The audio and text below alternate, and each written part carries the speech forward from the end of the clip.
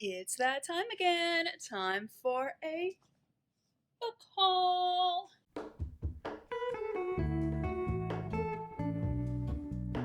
Alright, so we just got back from Barnes& Noble and I wanted to show you exactly what we purchased while we were over there. For those of you who know my backstory, I just wanted to let you know this was my first trip out.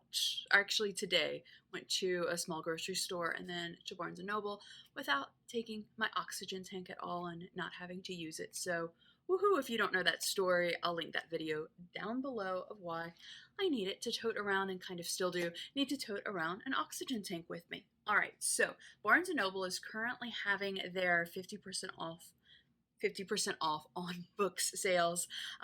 We went because we got like the email and the notifications about it, and honestly, we were kind of underwhelmed with the selection of the 50% off books they had in store.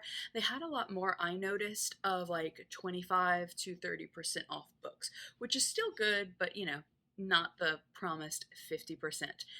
Anyway, regardless of that, here are the books that we picked up. Any of these books, let me know in the comments down below if you've read them, if they're on your TBR list, etc. And if you did read them, what you thought about them. I would love to hear from you. So first up, we have the Paris Library. Pretty much, if an author sets any story in Paris, I will be there. I will read that book. But I'm going to read you the synopsis of the Paris Library.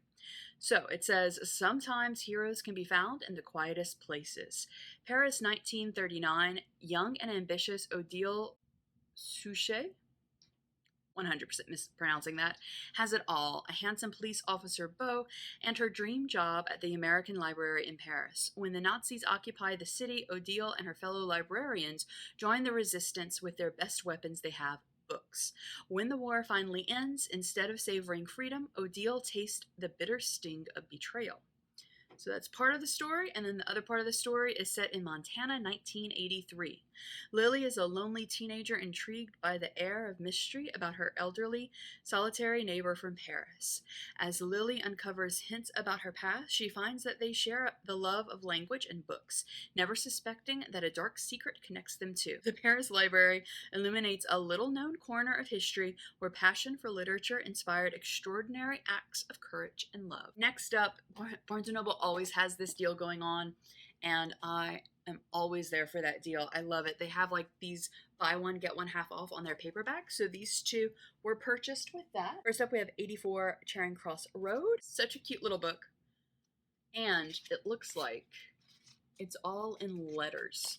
So this has also been made into a movie, I think. My parents told me that they watched this movie and absolutely loved it. I've yet to check it out, though. This charming classic, first published in 1970, brings together 20 years of correspondence between Helen Huff, a freelance writer living in New York City, and a used book dealer in London. Through the years, though never meeting and separated both geographically and culturally, they share a winsome, sentimental friendship based on their mutual love for books. The relationship, captured so accurately in these letters, is one that will grab your heart and refuse to let go. And then Stories My Grandmother Told Me was also picked up. This is such like a comforting cover with the quilts. I love it. Esther Small was the great-granddaughter of slaves, one of the only few black students to graduate from NYU in the 1940s.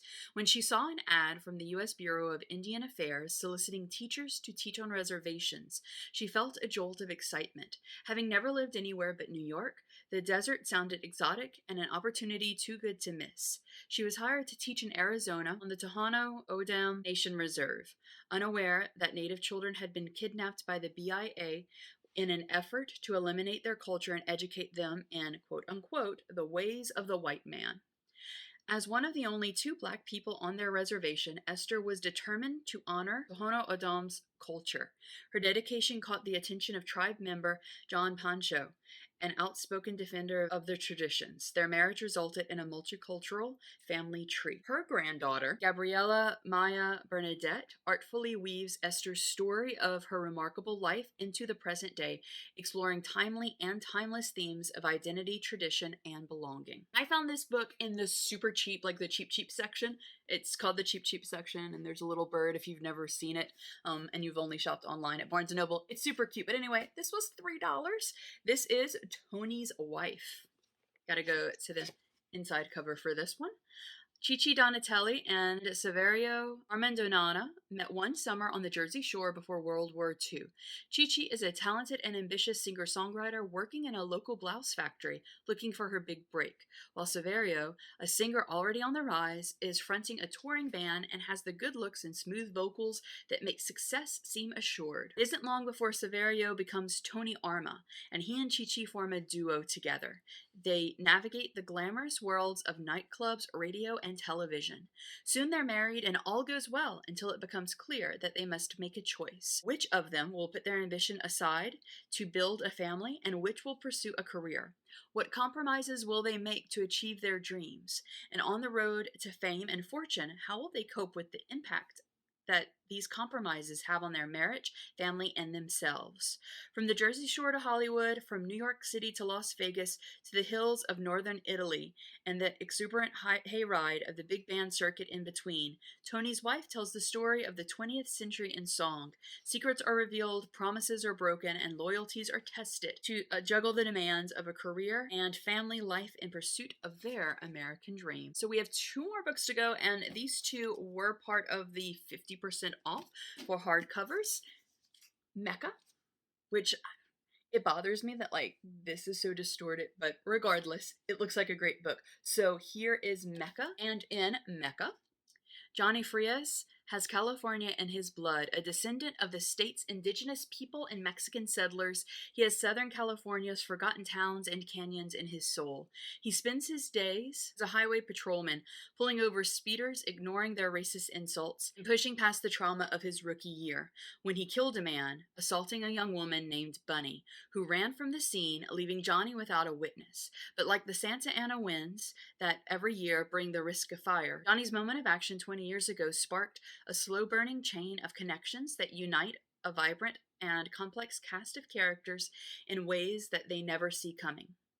In Mecca, the celebrated novelist Susan Strait, I just realized I didn't tell you any of the authors. In editing, I'll put it on the screen. But anyway, author Susan Strait crafts an unforgettable American epic examining race, history, family, and destiny through the interlocking stories of a group of native Californians, all gasping for air. With sensitivity, fervor, and cinematic scope that captures California in all its injustice, history, and glory, she tells the story of the American West through the eyes of the people who built it and continue to sustain it. As the stakes get higher and the intertwined characters in Mecca slam against barrier after barrier, they find that when push comes to shove, it's always better to push back. So I did have a few hardcovers that I was choosing from because even though they are 50% off, I'm on a budget. So I read the first few pages of both of the hardcovers that I picked out, and they were really good and really interesting. This has a really good style of writing to it. And the final book, I actually picked it up at first just because of this cover. It is gorgeous. It's called New York, My Village. From a suspiciously cheap Hell's Kitchen walk-up, Nigerian editor and winner of a Toni Morrison Publishing Fellowship, Ikong Udasoro is about to begin the opportunity of a lifetime to learn the ins and outs of the publishing industry from its incandescent epicenter. While his sophisticated colleagues meet him with kindness and hospitality, he is soon exposed to a colder, ruthlessly commercial underbelly, callous agents, greedy landlords, boorish and hostile neighbors, and beneath a superficial cosmopolitan, a bedrock of white cultural superiority and racist assumptions about Africa, its people, and worst of all, its food. Reckoning, at the same time, with the recent history of the devastating and brutal Biafran War, in which Ikong's people were a minority of a majority caught up in the mutual slaughter of majority tribes. Ikong's life in New York becomes a saga of unanticipated strife. The great apartment deal wrangled by his editor turns out to be an illegal sublet crawling with bedbugs. The lights of Times Square slide off the hardened veneer of New Yorkers plowing past the tourist, and a collective antagonism toward the other consumes Ikong's daily life. Yet in overcoming misunderstandings with his neighbors, Chinese American and Latino and African American, and in bonding with his true allies at work and advocating for healing back home, Ikong proves that there is still hope in sharing our stories. New York, My Village is a triumph of storytelling and a testament to the life-sustaining power of community across borders and across boroughs. So that is it. Those are all of the books that we picked up on a recent Barnes & Noble shopping trip. Like I said, let me know in the comments down below if you've read any of these books, and if you have not, let me know what you've been reading lately. I would love to hear from you. Thank you so much for spending a little bit of your day with me. I hope that you have a wonderful rest of your day, and I'll see you in another video. Goodbye!